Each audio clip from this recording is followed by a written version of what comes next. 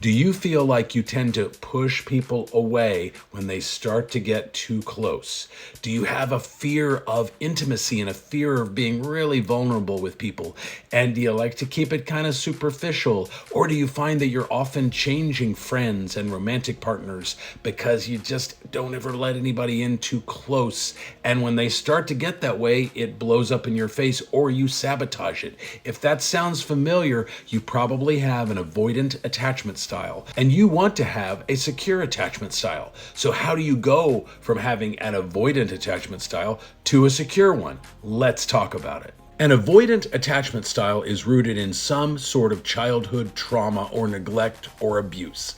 Basically, you learned as a young child that the best way to protect your heart was to never let anybody in too close. You let somebody in close once and you totally got burned, and you're bound and determined to never let that happen again, right? Sound familiar? The problem, of course, is that most of us do indeed want love. We want that connection. We want to find the great love of our life. But if you never are vulnerable with anybody, if you never let anybody in, you're never going to find that. And the only way to really get that is with a secure attachment style, where you don't need anyone else's approval or validation to feel good about yourself, but you're not afraid to be vulnerable. You're not afraid to let people in and really let them experience the real you. The first step, of course, in transitioning from an avoidant attachment style into a secure one is just that self-awareness. You are aware that you have this style, this attachment style. You know about it now.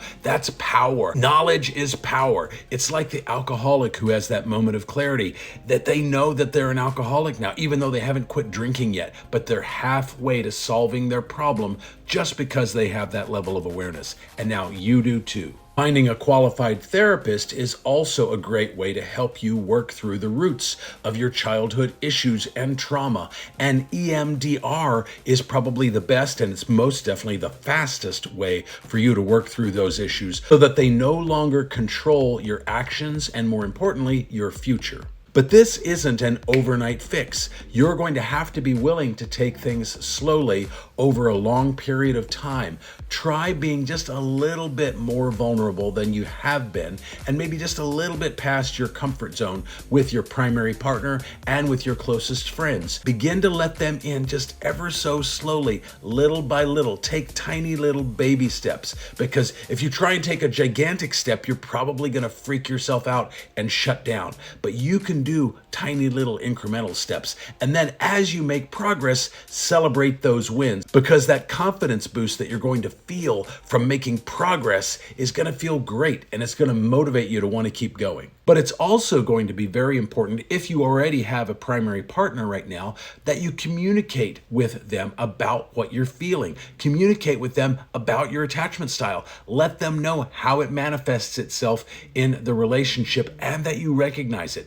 Then the two of you can kind of work together. When their needs aren't being met, they can communicate that to you in a healthy, loving manner. And when they're pushing too far, maybe you can let them know, again, in a healthy, loving manner, that you need a little bit of space. Of course, if you don't have a primary partner right now, the ideal scenario would be for you to seek out somebody with a secure attachment style. Avoid people with an anxious attachment style if you have the avoidant style, because those two combinations are deadly with each other. They almost never work out because the anxious person pulls everybody in closely and you push everybody away, and neither one of you are ever going to feel like your needs are being met. Meditation is also a great way to sort of calm your mind, recenter yourself, and kind of allow yourself to feel that sense of calm and peace that you probably often don't feel. Ultimately, this isn't a quick fix. This is going to take a while, and it's going to take small little pieces of incremental progress as you make your way on the journey from the avoidant attachment style into a secure attachment style. Where are you at on this journey? What is your attachment style, and when did you first identify it? And what progress have you made towards shifting it towards a more secure style? Let me know that in the comments. But for now, I'll see you in the next video.